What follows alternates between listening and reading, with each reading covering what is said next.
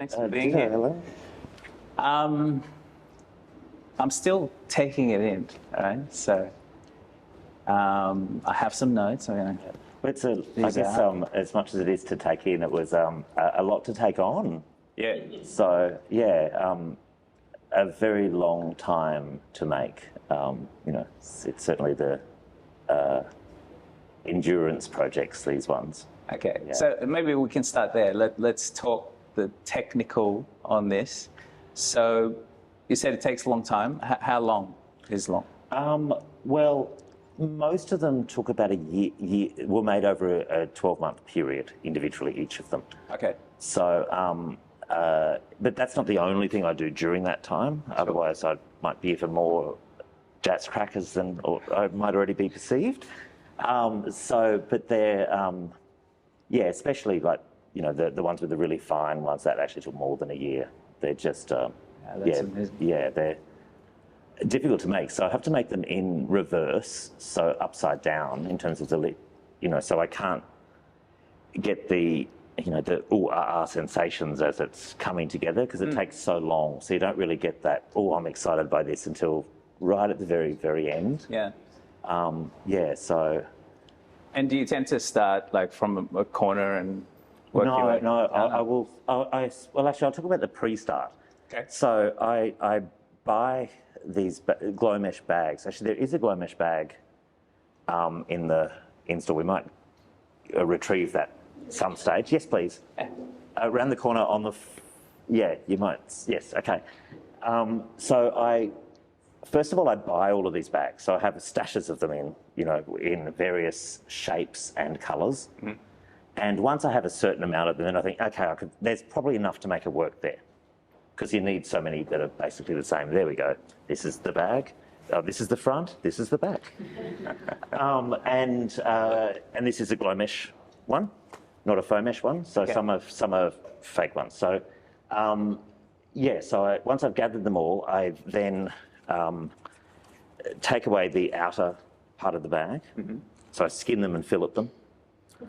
And then because they come as a shape, so I would, with a pin, and in this case, a pin and a magnifying glass and natural light only, because the other side is quite reflective and refractive. So it means that, it's hard on the eyes. And then, so this comes out like a T-shirt shape. Because it's not a flat surface. So I have to make it somehow into a flat surface. So, it's... So how do you get the pixels off? With a pin. And what's the magnifying glass for? Like so I can heat? See it. Oh, to see it. Okay. I thought you were transferring heat onto it. No. But with these ones, these are larger pixel size. I'm calling them pixels. I don't know if and they, it's not so tedious in terms of the, natural light. Well, I still need natural light, but not a magnifying glass. So I use these like sock needles, which I call my Britney Spears. All the native tropes, I'm here till 7. Sorry. It's fine. It's fine. So, why glow mesh? It was a glow mesh. It's weird. I had 2 boxes of glow mesh in my studio at uni 30 years ago, here in Meanjin. And when I moved to Adelaide and Gunner Country almost 25 years ago, I did take those 2 boxes and they just sat there, and it's unusual for me to gather things, but I just had this feeling I would definitely do something with them. And I went to a free lecture on the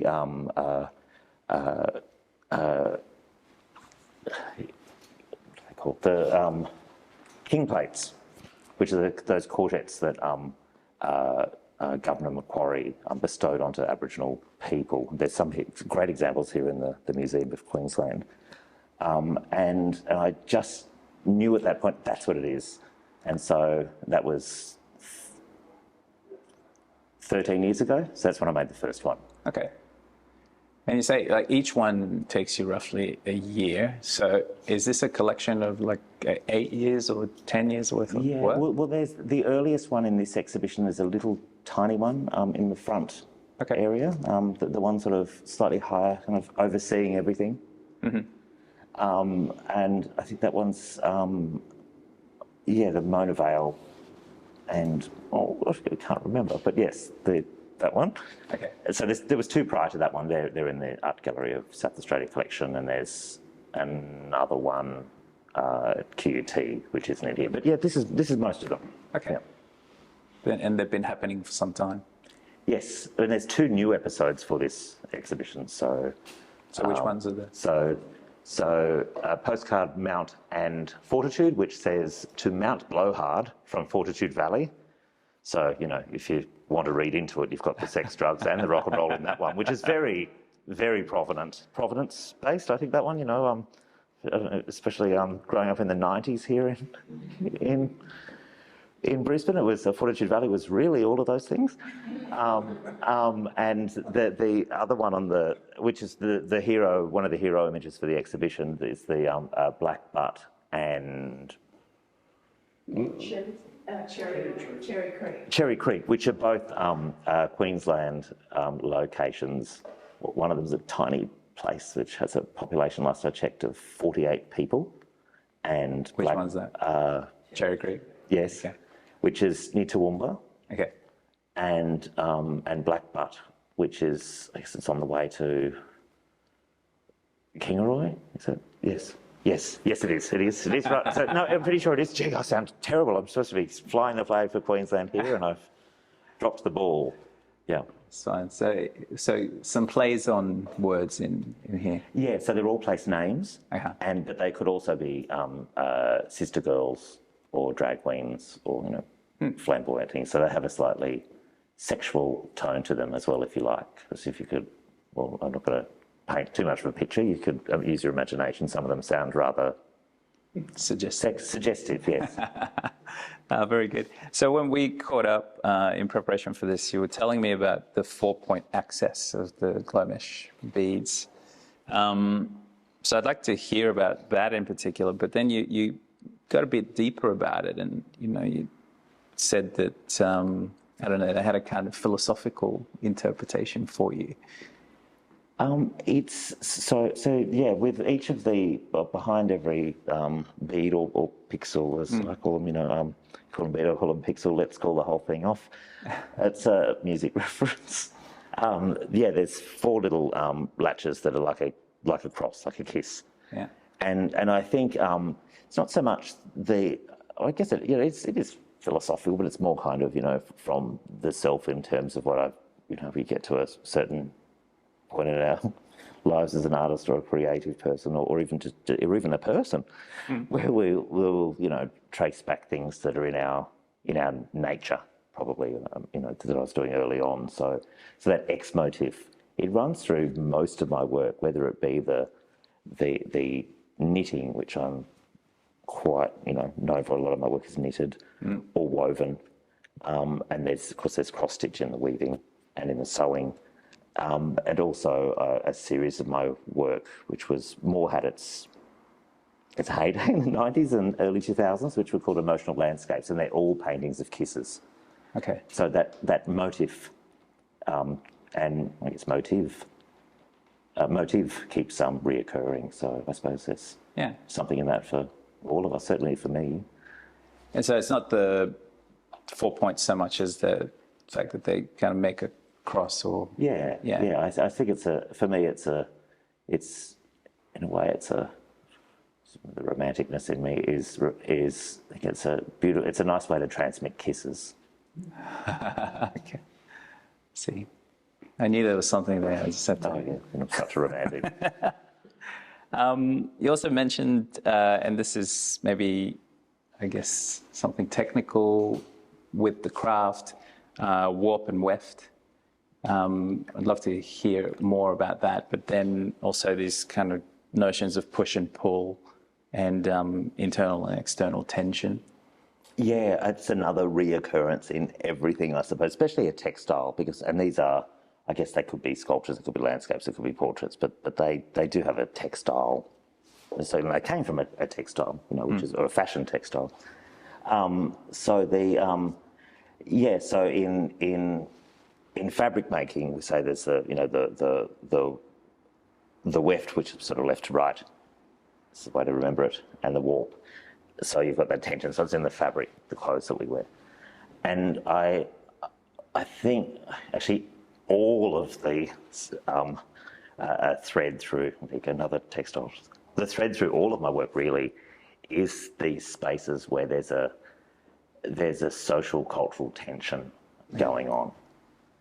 And I guess as a, as somebody who, like many of us, but, our identities are multiple and a lot more complex and complicated than what we would notice. Thank goodness for that. I mean, there's a lot of people around if we stop to analyse every person, but, it actually helps when you realise that there's that many people walking around with their own stories, so, I also used to work as the Executive Officer for Reconciliation in South Australia, and I've worked in kind of areas that surround, cultural, social stratification and all these kind of areas. So I'm not just interested in tension, I guess I'm also coming from that place. So it seems a natural fit for me. So with the breastplates, for example, or the king plates, which are now queen plates, if you like, there's even that tension in how they were bestowed and for what, I think the purpose was clear to at least make a connection with Aboriginal chiefs around the continent, but sometimes they were well received. Sometimes they absolutely were not, or they would identify the wrong person. It created havoc, more problems within the community, but that's not always the case. And,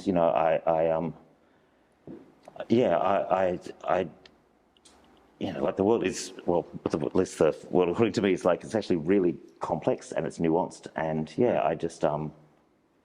I suppose by making these works that usually take a long time, I then don't find myself buying into media cycles because sometimes, often we don't have all the information, and I just don't want to have that opinion out there when it, if something's that important to me, I will make a work of art from that experience and resolve it for me, at least in a certain way.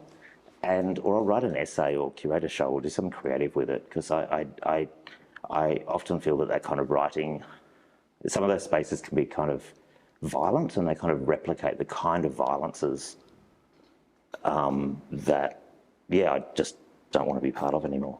So instead of Instagram, you do this? I do Instagram. Oh, you do Instagram? Oh, yeah. I just don't get into debate on there. I do those things, and I feel I have to. I think, I live in Adelaide, not to diss where I come from, I love it, but I feel if I didn't have a presence on the eastern side of the country, I just wouldn't exist. Okay. In a sense, we don't have the population to sustain that, and it's okay because I lived in multiple places all over Queensland. I grew here, to use a Vernon Arkey adage and twist it around a little bit. I grew here, and it means that instead of considering myself to be a loner in the wilderness, I now realised, I actually have connections to all of these places, and utilise that, at least in myself, as an asset, a uniqueness to be able to be able to have mobility and confidence and have stories to all of these places. So it's a wonderful thing to be able to turn that around, at least in my brain. And I found that since I did that, I feel I'm soaring much more than I would have without that realisation. That's great. That's great. So coming back to the tension, right? So you've got warp and weft.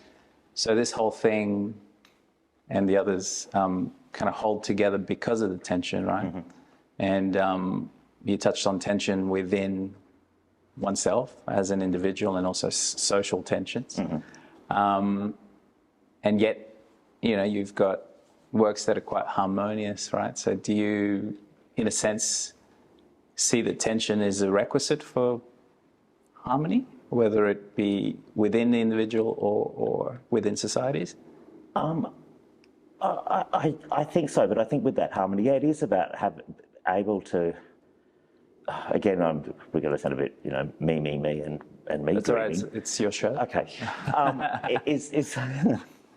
Is that, I also got to this idea that if I want to be, a lot of, I guess with things like, phobias like, homophobia, racism, etc. That stuff is so powerful because it's both internal and external. You don't quite know all the time. Maybe someone just has a bad look on their face, or they're not at 100 all the time. And, so I guess been thinking about that, at least for me in my world, thinking about, what does these people hate me and all of that, just sort of realising, well, actually, if I want to feel included, well, that works both ways. So when I got to that point, I started thinking that's kind of what's like, well, 8 billion people, it's okay. I suppose for me, that's what harmony is. So it's not everybody together with a sense of sameness. It's actually appreciating the opposite. As long as things aren't done in a way that's spiteful or I can't handle that. And we've got choices. Again, 8 billion people, you don't have to hang out with everybody. To quote a John Waters line again, I have archival tendencies and John Waters Tourette's. You don't have to hang out with them. Send them a ham at Easter, but you don't have to hang out with them. And it is Easter, so for those of you who are interested in such things, hopefully I didn't offend anybody's sensibilities. That's fine. That's fine. So, we're talking about you. How do you feel about if we sort of delve a little bit? Go for it. So this is like a lounge room. Yeah. All right. Good. Okay. Yeah, family. Yeah. All right. So you told me you did your doctorate in queer identities. Is that right? Mm-hmm. I'd love to hear what it was about. Well, in as much as anybody can recall their PhD. So it's at that. First of all, I did it for two things. A, to try and find some better language to try and work out this thing that we call a life.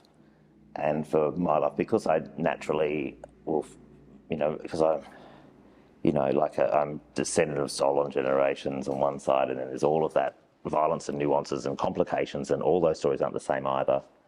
And also, I've been doing drag for 1 million years from time to time, and and living in different places. So it's hard to pin me down sometimes in terms of my geography, my ethnicity, the way I look, so it was called Deadly Mimicry, Indigeneity and Drag in Contemporary Artistic Representation. So, and at that time, even though there's more in the academy now, it was more like standing on the shoulders of people with high heels on, but from disparate fields, because as you would know, you have to, when you're doing a PhD, you have to contribute to a field, but there wasn't really an established field there. So it means I learned a lot about art history, queer theory, feminism, race stuff from all different countries except for the country in which I live in. So not so well. It's not surprising now. Was that intentional? Well, I kind of had to, because that's the rules. So I had to, because that's what they want to see as evidence. So the evidence then had to be some autoethnography, in contrast with that, and contribute to that. And then they've published quite a bit from that. And I guess it was told to me that that's kind of wouldn't have that big of an audience, but I found that it actually has, but overseas, because of course other Indigenous peoples overseas are, really interested in that. So I'm finding in certain areas it's the writing that's much more. People find me through the writing. Instead. Specifically, like where in the world? I think there's a tiniest compacted version on the conversation. You sort of Google it, it kind of comes up and has some, the main bits. There's a book called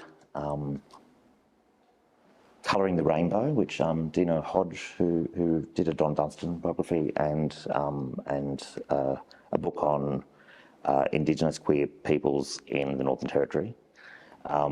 He sort of was the editor for that, and I wrote the 8,500 word introduction. Okay. So yeah, that sort of allows for some of the academic writings and the storytelling to kind of grow across that. And it was important for me to not, because there's also that thing in the academy about, closing the gap, filling the space, plugging the space. But for me, I didn't want to colonise it. So it was about how to do things lightly and with care, which also my work kind of does that too. It sits on this, I don't want to completely rubbish and mock everything. It's about finding that close bit that people can understand from different perspectives. So what were some of the takeaways? Like, if we say, what was the argument? What was the thesis? Well, it was through the work as well. So the work was meant to... As a body of work. And some of the bodies of work was actually about the postcard series. So it was the postcard series, Which are the paintings, right? Yeah, these are postcards. Oh, okay. Yeah, and completely impractical as a postcard, but they're so they're called postcards. So that series, the paintings, I wasn't doing any of these immediacy paintings during that time. I had beforehand, so I was doing some in the 90s. There's one here at the Brisbane Museum of Brisbane from the 90s. Okay. But it was that and knitting. So I think the ones that Flinders have with the modesty sets that were a bit like bras and knickers in a way, but they're a play on the idea of clothing and modesty stuff and cultural history so lots of knitting and weaving and these, so no paintings. Yeah. So was it more a kind of declaration that this exists and it's in the world and and it always has. Yeah. So I did find evidence, because they asked for you have to do it's a literature review, but of course you dig deep into finding where there were some claims, and I thought, okay, well, these observations were by anthropologists, and thank goodness for anthropologists, otherwise we probably wouldn't have our language and languages written down and all of that. But I thought, well, okay, you might have witnessed this women's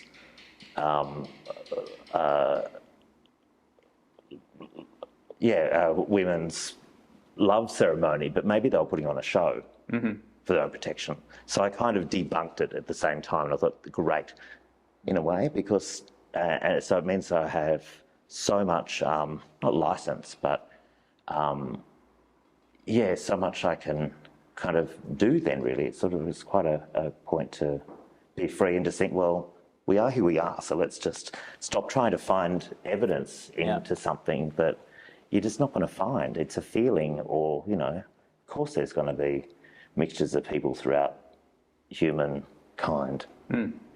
So and I located it all and then dismissed it at the same time. It's interesting because it's like, as with all kind of academic work, you're being asked to fill the gaps and so on and almost box it. But it sounds like you did a bit of an unboxing instead. Definitely. In fact, I called the chapters settlements. Okay. So there's pre-settlement, which was the methodology, and then that was the literature review, and then there was the methodology sections, and then it was unsettlement 1, 2, 3, and 4. Excellent. I'll get my hand on it and have a read. So that's fine. You mentioned just before you're a descendant of stolen generations. Yeah. You okay to talk about that? A little bit. A little bit? Yeah. Okay. Right. I guess I want to ask about your experience as an Aboriginal person and its influence on your art and your work. Yeah. I guess probably most... I think...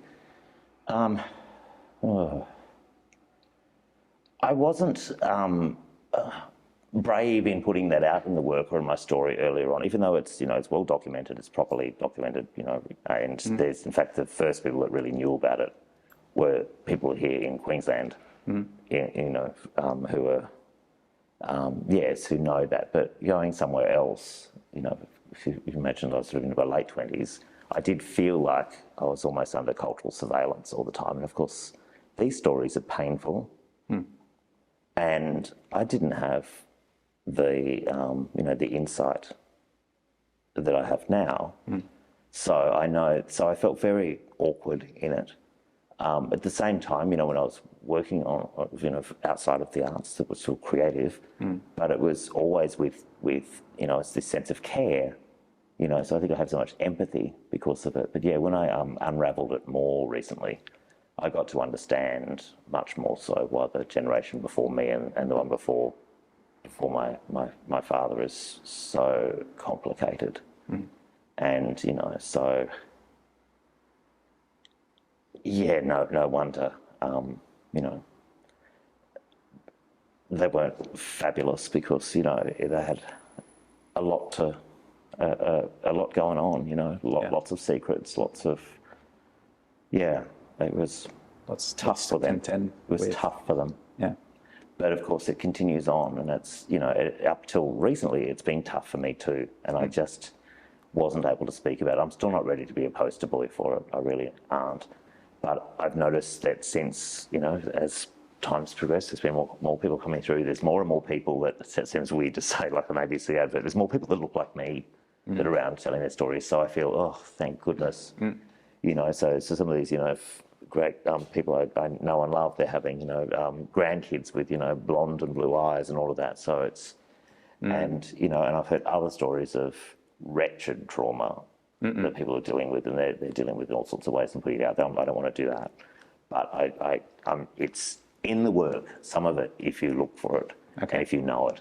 And maybe that's the same in a way for some of the references I make within these paintings. I mean, if you don't know, you don't know. Yeah. It might read on one level, but there's usually 3 or 4 things going on in the work, so they might look just really trivial. And maybe they can be, if you like, and a bit, ha-ha, but, and there's a couple of them that are just, bang, fun and happy, but the majority of them are a bit more complex, a bit more nuanced than that.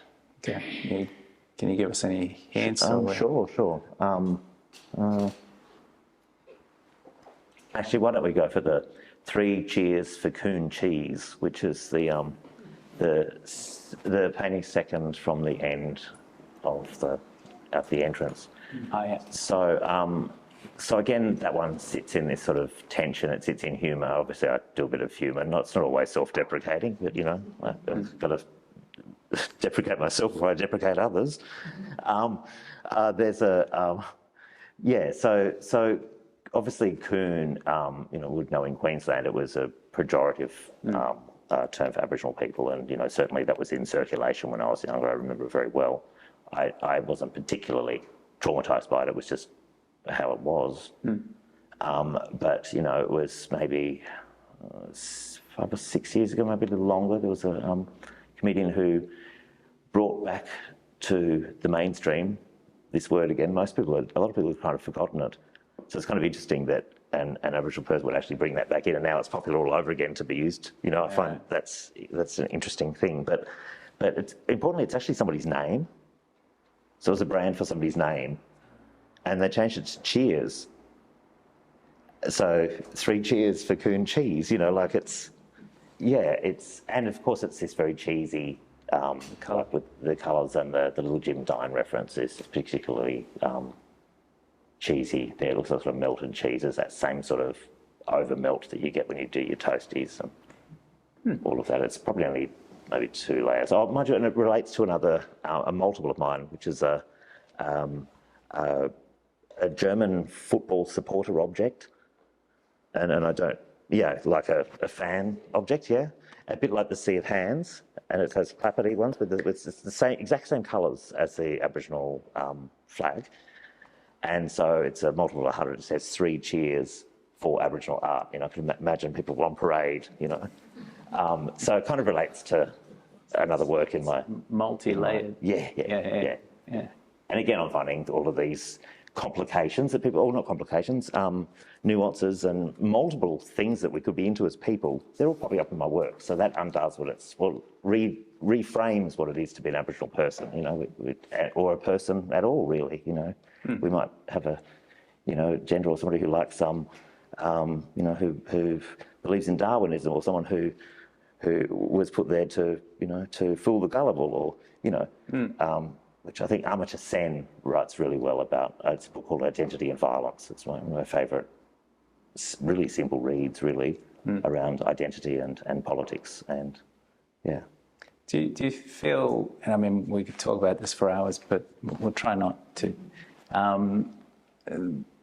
that identities or having an identity is something that someone needs in order to feel accepted or whole or complete, or do you feel that it's something imposed from the outside, or is it a bit of both? I think it's both, but I see identity as a place. Okay. Like perform. Yeah, well, we perform our identity. They're for Judith Butler fans out there, Yeah. Or Gottman. Sorry?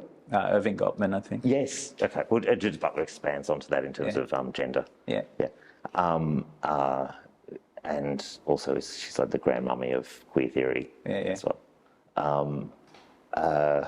I feel all butlered out now. I've forgotten. No, I was asking about identities. So, do you feel that it's something that people need in order to feel they belong, or is it imposed?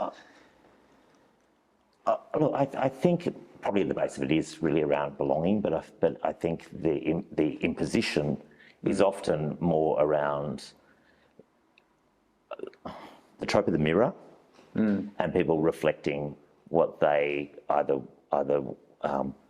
sometimes what they might be uncomfortable with about themselves, they project that onto other people to be that. Okay. So, it's like that idea about the tension and the balance again. It's like I'm so aware of that, so I just will not do that, And I know people can't help it either. I mean, people of habit, it takes a long time, if at all, people are able to tilt that over and find that kind of that push-pull balance and find ways to live and thrive in that. All right. Well, I'll jump out of it. We'll attempt to go lighter. I want to be rich. That's the name of the exhibition. Yes. Or the title.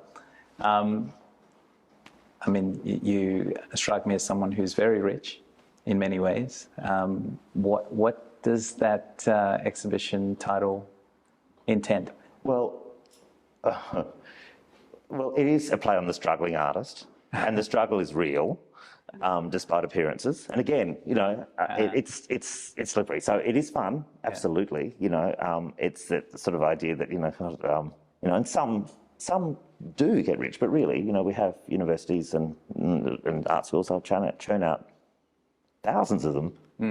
Us every year. See, already I'm getting all exclusive, eh? Yeah. So it's a very, it's not even nouveau reach, but better than no reach, no reach at all. I forgot. I want to be rich. Yes. Oh, yeah. Yes. So it is meant to be tongue in mouth cheek. And also my previous show was an institution show here in Meanjin at QUT Art Museum, and that was called I Want to Be Adorned.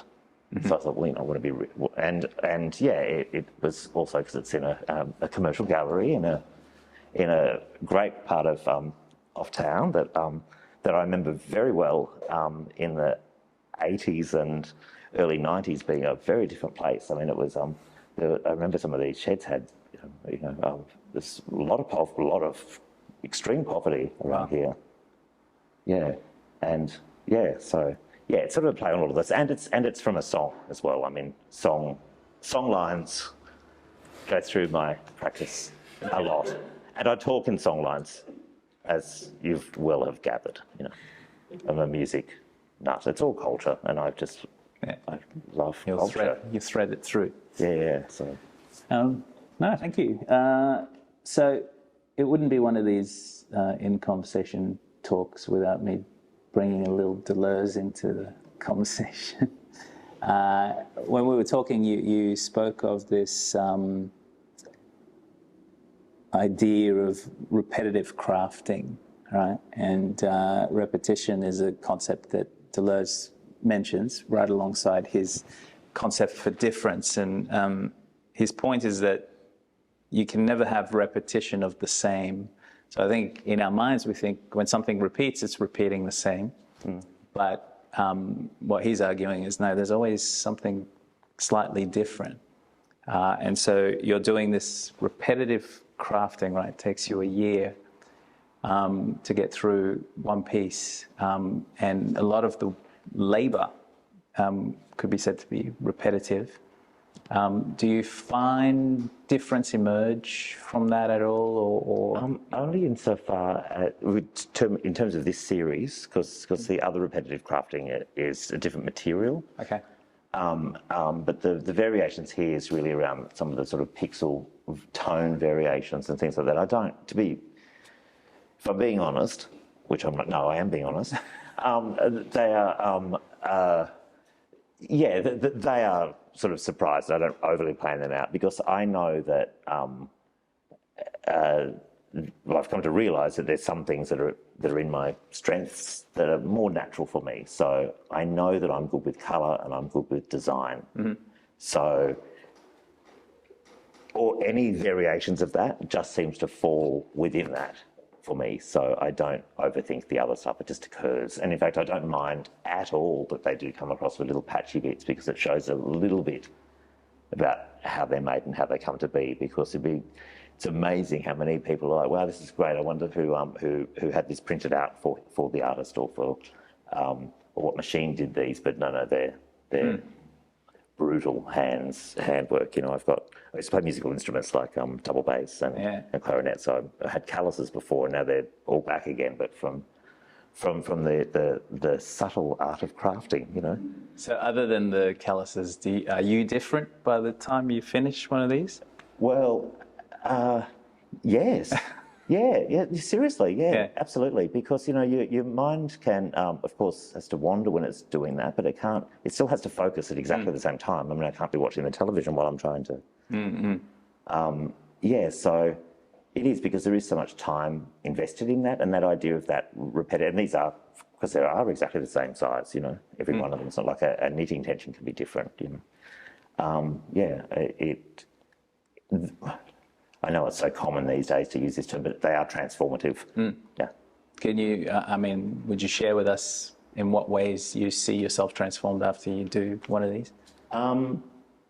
It depends on the series I'm doing. Okay. So this is a slight side note, but so I usually call these, so this is a series, or a series, I sometimes like to say too. So this series of work is different to my other seriouses of work. Or in fact, because these I don't call episodes. So episode 1, episode 2. So, you know, it's not postcard 1, 2 and 3.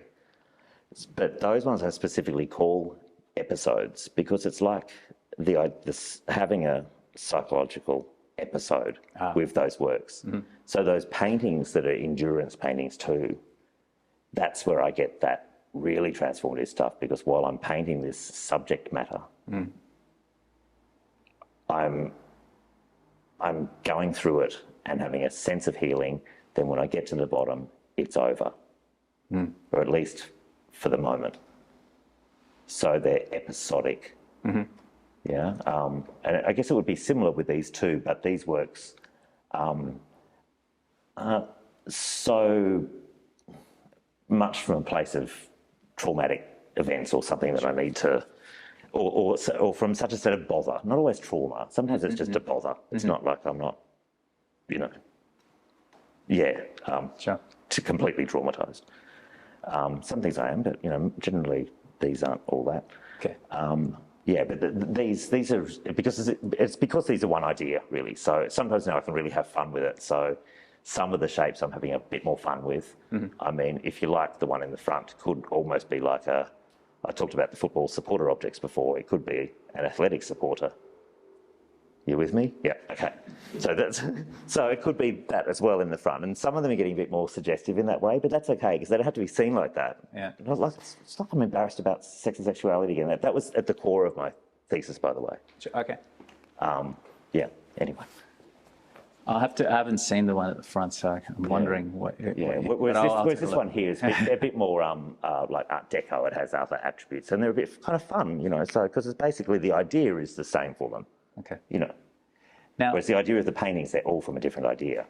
and before we wrap up, I actually want to turn to the paintings because I feel like we've talked a lot about the sculptures, but the paintings, do I understand correctly? They take you like a day. Yeah, You do them in a day. Immediacy paintings. Yeah. Okay. So again, we have this tension, you know, of like something done quite quickly to something that takes a long time.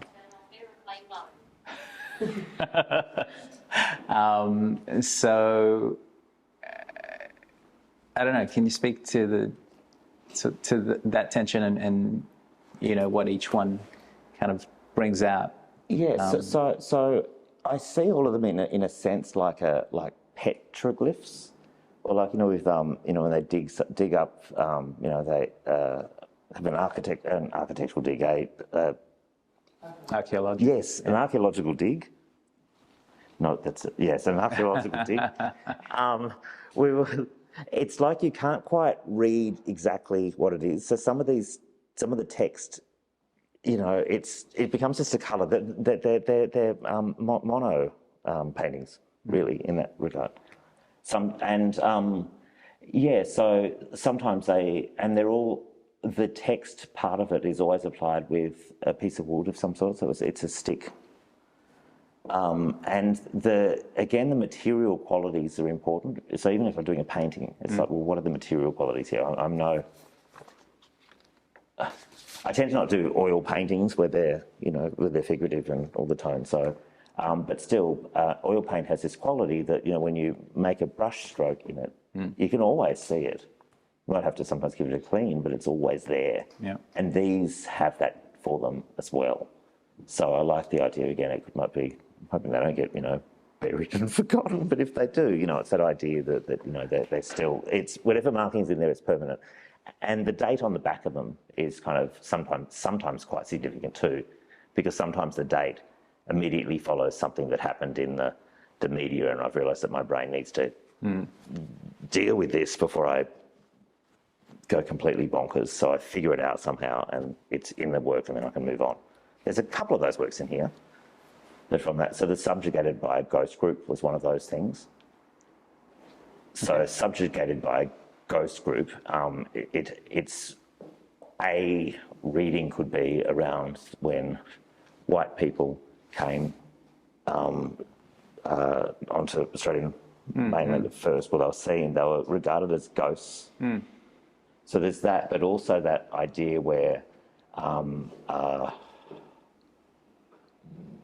that you have decisions made on your behalf without your consent. You assume certain things, and you know, and so it came from a particular event, but I got it into a painting.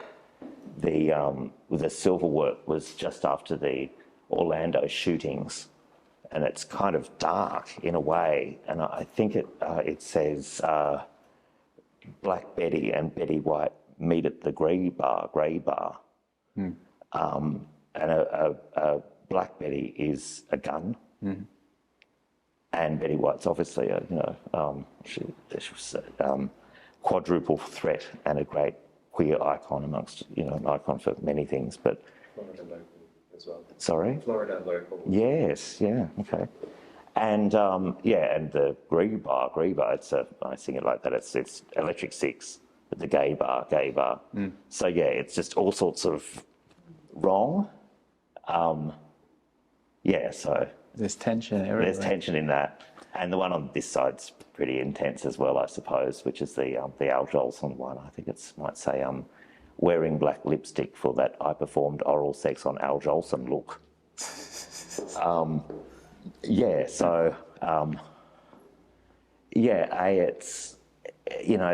that was made just after the result from the referendum that we had recently. Yeah. I did go into a bit of I'm just not going to talk to it on for a few months. I just couldn't. And part of that was, I guess this, idea that there was such distress, I want to put it distress, in my own communities too, and all fighting with each other, and I just couldn't cope. Yeah. So that's my way of dealing with that on one level. And then another level is, because Al Jolson's actually, I think, is a hero figure of mine. And I know people think, oh, blackface, well, that's just horrible, and, let's cancel that. Go ahead, cancel me. No, but it's not aggressive in that way. It's just, but Al Jolson, I thought, rather incredible. He was also, yes, he did blackface at a time in Hollywood where there was no black actors, so that's just what actors did. It's like with it's like banning Shakespeare, because all the characters were played by men, or telling Arnold Schwarzenegger to get his name changed because his last name is a double black. I digress. Yes, and he was also celebrated by black musicians, not only of his day but afterwards. So, and he was one of the only people's. He was also, for Actors Equality, and he wouldn't do gigs if people of colour weren't able to participate in the band or come. So he was an incredible leadership and bravery, and he was Jewish. And, I was not able to ask him, but, I believe he was also celebrating blackness in his own way. Anyway, it's complicated. That's why I like that's what I'm getting. Yeah, right? yeah. There are no simple answers or straightforward. Thank goodness it's condensed into a 6-word painting. I think it's an appropriate time to open to the audience. So if anyone has any questions or comments. Okay. So where do you find joy? In that. Look, it is in making, but I like the result. It's the idea of growing something. Yeah, so I do get joy from that. I'm finding more and more pleasure from that. I'm finding I get more pleasure now than I ever had before. I like people. Now I think once I got to that bit where I was thinking, but it's not that I disliked people. I guess you could call it a shyness, and it was, but it was also a hesitancy as well. There was, aspects of the population like young people, for example. I was terrified to be around kids because, these types of bodies were going to do horrible things to them. It was really debilitating. And now I just have, a lot more joy. I'm comfortable with everybody, and I do stuff with, kids' workshops, and they just love it. It's so absurd. It was absurd. And I know that it was culture at the time and all of that, but how absurd. And its irony is that I know change has to be slow for people, but seeing so I understand why this change seems so fast for some people that they actually find the change absurd. But I think it's the past that's rather absurd about what this fear about what people were going to do to each other, especially around sex and sexuality, has nothing to do with anything other than that. And my other pleasure spaces is skiing. I love skiing, surprisingly, and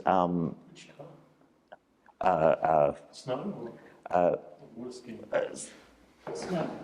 yes, the snow skiing. Oh dear, that looked no.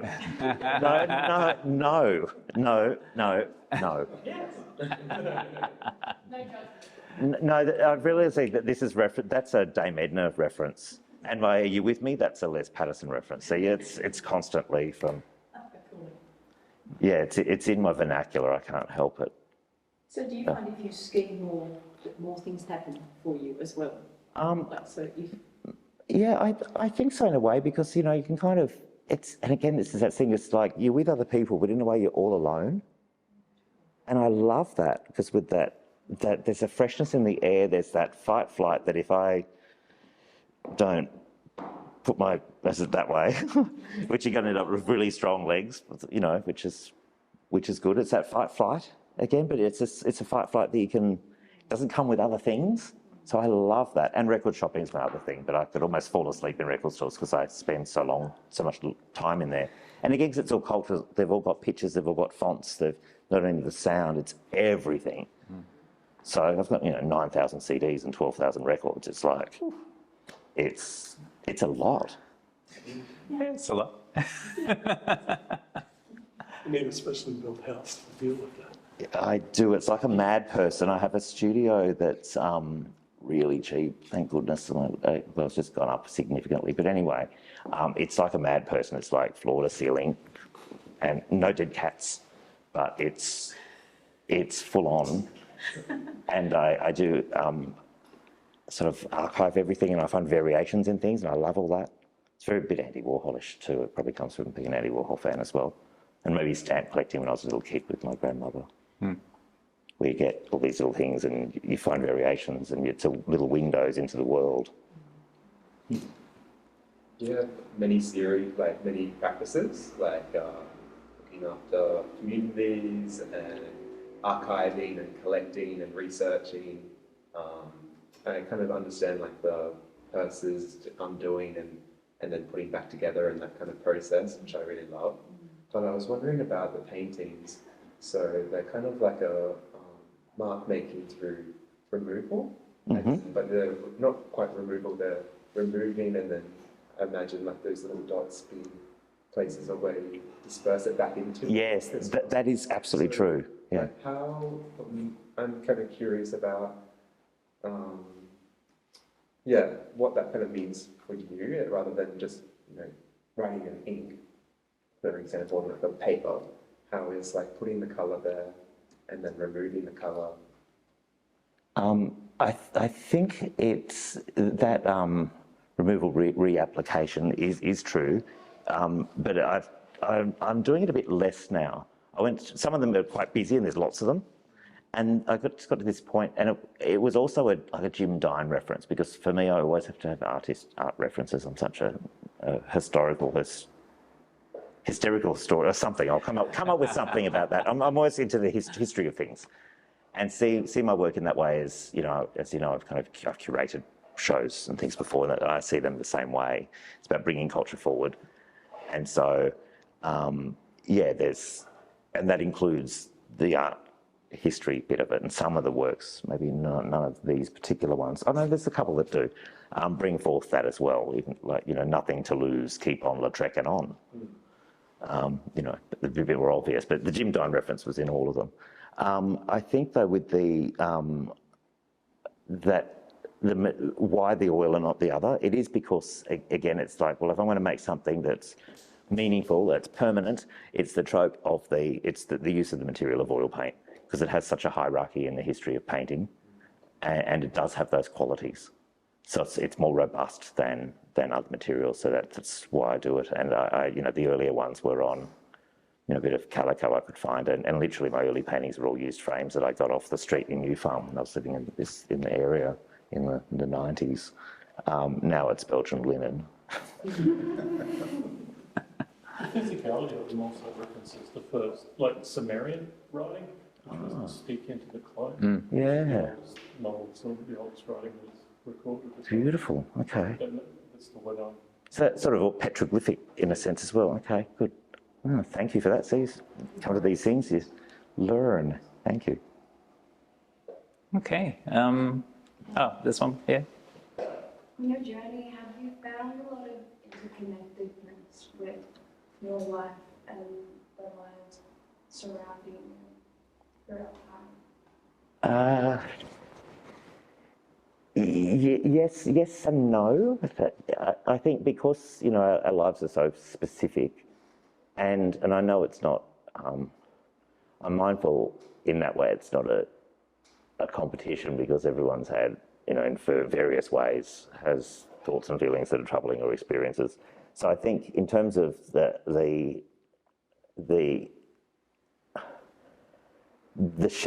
really shared aspects of some of these things, there's been, I guess, some people in my kind of generation that would have experienced them, and certainly, I have a sibling who remembers.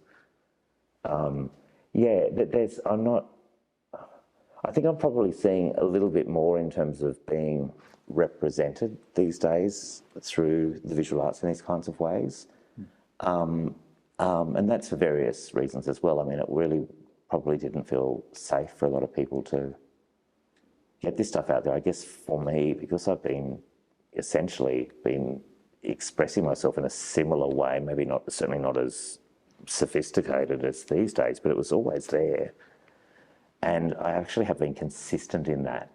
So I think even though it felt like, it's not quite correct, but a long time kind of before I was soaring, I think it's because of the time that we're in at the moment that's enabled that to happen. So things like also the plebiscite we had, which you know, that got a great result, but there was casualties. And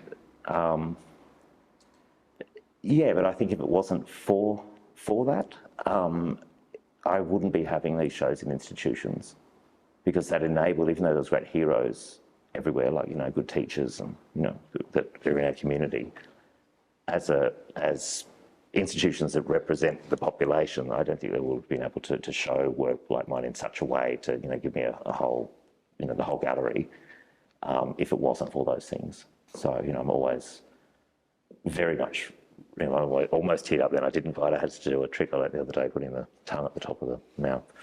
I always remember those people. It's just, don't know if that's very clear, but yeah, it's an interesting question. Interesting answer. All right. Oh, Yeah. How does it feel to now, like now you're getting more regular attention? It's true.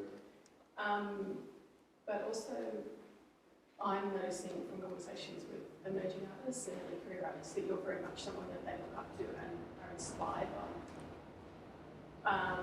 Both, you know, like broadly within Australian art, but also with queer artists particularly. How does that feel to sort of feel that wave coming out? It's actually really, really lovely. I get, you know, slightly embarrassed, but it's a good thing, you know, like it's that thing, you know, like I don't want to be famous because I just couldn't, no, I don't want to be under the microscope all the time. But coming from those places, it is really lovely. It makes, and I think in part that is because I had been consistent in this person. So there's a lot to draw from. It's not just one lot. And there's a couple of artists who have been doing that. I think Ree would certainly be another one who there's some artists for, you know, various reasons, and it's no shade, no pink lemonade, but that some people would come in and out of that because, I mean, they were, you know, difficult spaces because we have issues within our own, in terms of indigeneity, people in our own communities too that were like, you can't do that. Whereas Ree and I have both continued to do that, but always treading lightly and never being aggressive. So it does feel good, and I love that because one of the reasons why I do is because people have done that for me at certain times. They haven't necessarily stayed around or enjoyed it when my little light did shine, but there's also other people that aren't artists who, you know, put out things for me to gobble up and for me to land on in my own time. And I know some people, including some people here in Brisbane, did that deliberately for me. So it's nice to have that effect on people, even if I don't get to meet them, or we don't have to do that. So thank you. It is lovely. It makes me feel worthwhile, you know, which is nice. Everyone wants to feel that. Maybe not. I sound extra needy there, but anyway. Okay. All right. Good. Can I just say a few words about? I know you have a lot of respect for, as a mentor, Trixie Lamont, who passed away just a weekend or two ago. Yeah. And I know you had a great character. I remember about 25 years ago seeing you do an extraordinary event. But Trixie was really special. Yeah. I loved Trixie. I know she had this is Trixie Lamont we're talking about, who was a first generation lay girl. She was really, the last 30 plus years of her life was primarily in Brisbane. She was at Beat Nightclub and other places like the Cockatoo, that was the Cockatoo Club, the Alliance, and there's another one, Subway. And I worked with Trixie in all of those places most weekends. So I mostly did Tina Turner. Proud Mary was my main one. I've performed that over 300 times, most of them on video. Wasn't until, later on I realised that, oh, okay, now I know why I relate with Tina Turner so much. But I would bring this, it was a joy. And it was, young. I was young and convivial. It was part of that time in the late 90s. I was just living in the Avalon building, so I literally, in plastic bags, carry my stuff there, put it all on, hit the stage, explode on the stage, and then, put it all in a bag and walk it home again. And Trixie was very supportive of me. I think, his stories from other people of, particularly my generation, that really liked her. It's like she kind of spotted in a sense, the misfits, if you like, maybe, people who felt a bit, and created a space for us. The irony is back then, of course, we didn't get paid, but still, often the dance competitions were rigged, so your friends would, and that way you get paid vicariously through alcohol and your friends. And Trixie also was kind of polarising too, because she did have a temper. And, but... Especially if you left the E at the end of it. Yes, or yes, yeah. And over something as simple as that to something much more, some of the legendary things that she was known to have done, which I'm not going to get into, but she was lovely with me, and I kind of know quite a bit about lay girls and Australian drag history, and know other people too, but they don't all like each other, that's for sure. But again, that's part of a complicated generation. I think I described my little write about Trixie, about described the Kevin Bloody Wilson-ness of her, which she also did Hey Santa Claus, and I got to play the little sister who came stomping through the door like an Auntie Jack. It was pretty fun. And she gave me an original photo of her from the 60s that she signed for me. She spelled my name wrong, by the way. It's one of them. No, she put Kaboobie with a Y, I think, or I don't know. I don't care what I'm called as long as I'm called, Can I ask one more question as well? Yeah. So, when you are rich, what is your dream work, or what are you really excited to make in the future with all the money in the world? That's not actually my vision in terms of being rich in that way, but certainly I do have ideas for works that I know on one level you can think, oh, well, that's all right for the artist living their fantasy. What's in it for everybody else? They're the one buying the ticket. But yeah, I do have ideas for other things, but they are just too expensive and out of my means. So there are some more public things I would love to do, but I think most of what's on offer, from what I can see in terms of working with councils and different things, is not quite the work I want to do. Maybe I've been to Germany and other places far too often to see possibilities about what can be done, and I find Australia,